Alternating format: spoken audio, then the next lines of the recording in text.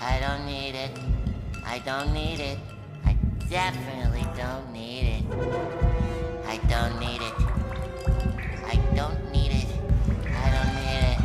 I don't need it. I need it!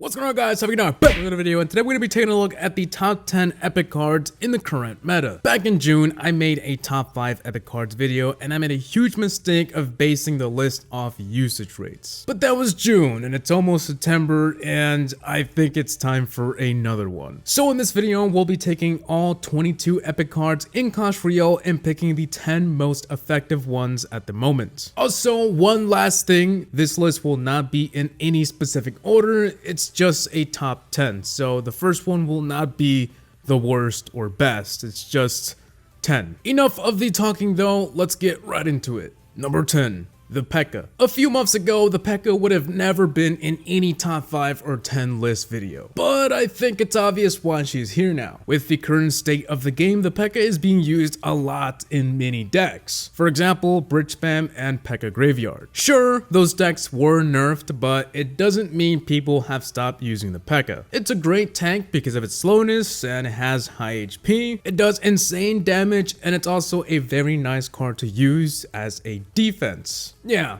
defense, you know, like attacking other troops. It's really hard to pass the P.E.K.K.A. I know it's pretty expensive, but it's also pretty dangerous. Number 9. The Baby Dragon. Even if we were basing the list off usage rates, the Baby Dragon would still be on this list. It's one of the most used epics and has been for such a long time. If we take a look at the meta the past couple of months, the Baby Dragon seems to always be somewhere in there. I have to agree, this card is pretty good. Decent HP, pretty good damage, and great on defense. And I think for a card to be on this list, it has to be versatile. Like, it has to be able to fit in with any deck, and the Baby Dragon has to be one of them. Number 8. The Executioner. Ever since the Executioner came out, it's had a massive impact of how we create and play our decks. That's not necessarily a bad thing. I think the game was missing something like this card right here. One of the main reasons why the Executioner is on this list is because it does a lot for its low cost. I think we can all agree that when it's behind a tank, like a golem or giant, it's very hard to counter that if you only have light troops to defend yourself. Also, another reason is because it can replace log and arrows. I know it's not the same thing, but yeah, a lot of decks follow this pattern. No arrows or log, but there's an Executioner in there. Overall, this card is pretty good, and I don't see it falling anytime soon.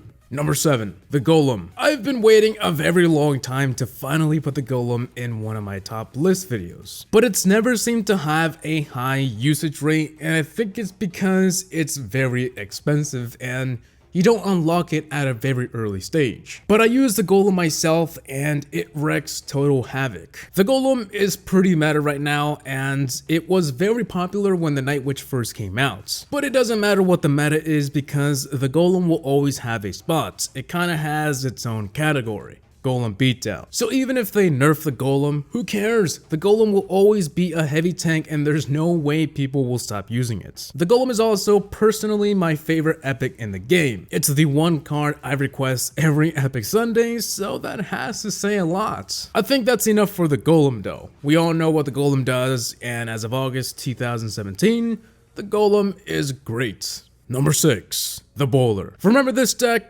Well, yeah, people still use it. Even without that deck, the Bowler is still a pretty decent card. It's a medium tank, takes out light troops, and has the ability to push other troops. So, in other words, it's kinda like a log. Those rocks that the Bowler throws pretty much does the same thing as a log, but of course, with different stats. So yeah, his rocks don't go across the map, but yeah, they're pretty much the same thing. It's also a very nice card to have for defense. With the ability to constantly push troops back, you have the upper hand when it comes to defense. As for offense, it's also pretty powerful. It can be very effective if you have a tank in front of this guy, because then it'll be a hassle to counter that. Even though the Bowler is not one of the most used epics in the current meta, I had to include it in this list. It's a very very powerful card and has a lot of potential in any deck.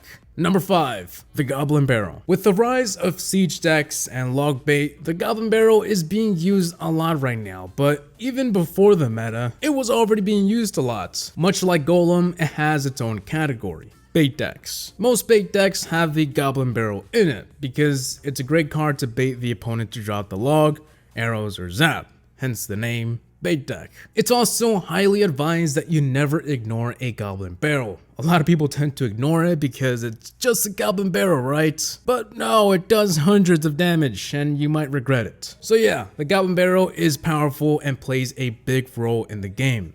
Number 4, the Skeleton Army. This card is actually the most used card in the game as of late August 2017. It's hard to believe such a card that has many easy counters to it is also the most used. I think it's pretty obvious why, but the Skeleton Army can take out large tanks really quick. It's also a great distraction, and when it gets to a tower, it's really strong. Sure, once you get to 4K, you start to notice that, people don't really use it a lot, but keep in mind that most players in the game are not max players at 4, 5, or 6K trophies. That's just a little insane. Like we said earlier, the Skeleton Army has a lot of easy counters, but for its low cost of elixir, it's worth a shot. Especially if you already know that they used their only counter to it, then yeah, it's gonna be an awesome match. Number 3, the Lightning. This card can literally take out an entire push in 1 second. Yeah, if you use the lightning a lot, you already know how effective it is. In fact, some people say the lightning is a key factor to beat down decks. Although many people can disagree, but in my opinion, I think it's true. Do you need a lightning to make a beatdown deck? No, not at all. Aside from that though, the damage it does to towers is also insane. If you level it up high enough, it does about the same damage as 2 fireballs combined. So in other words, the lightning is a very powerful card. Yes, it's pretty expensive, but it's also worth it. Number 2, the Tornado. This card doesn't do much when it comes to damage, but it can flip a game to your favor. It's pretty much one of those cards that lets you control the game, That's the reason why sometimes you see the Tornado in control decks. But that's not the only place the Tornado can fit in. The Tornado can pretty much be in any deck. It's cheap and it does exactly what it's supposed to. Pull troops to a specific area. With the right deck and knowing how to use it, this card is pretty OP.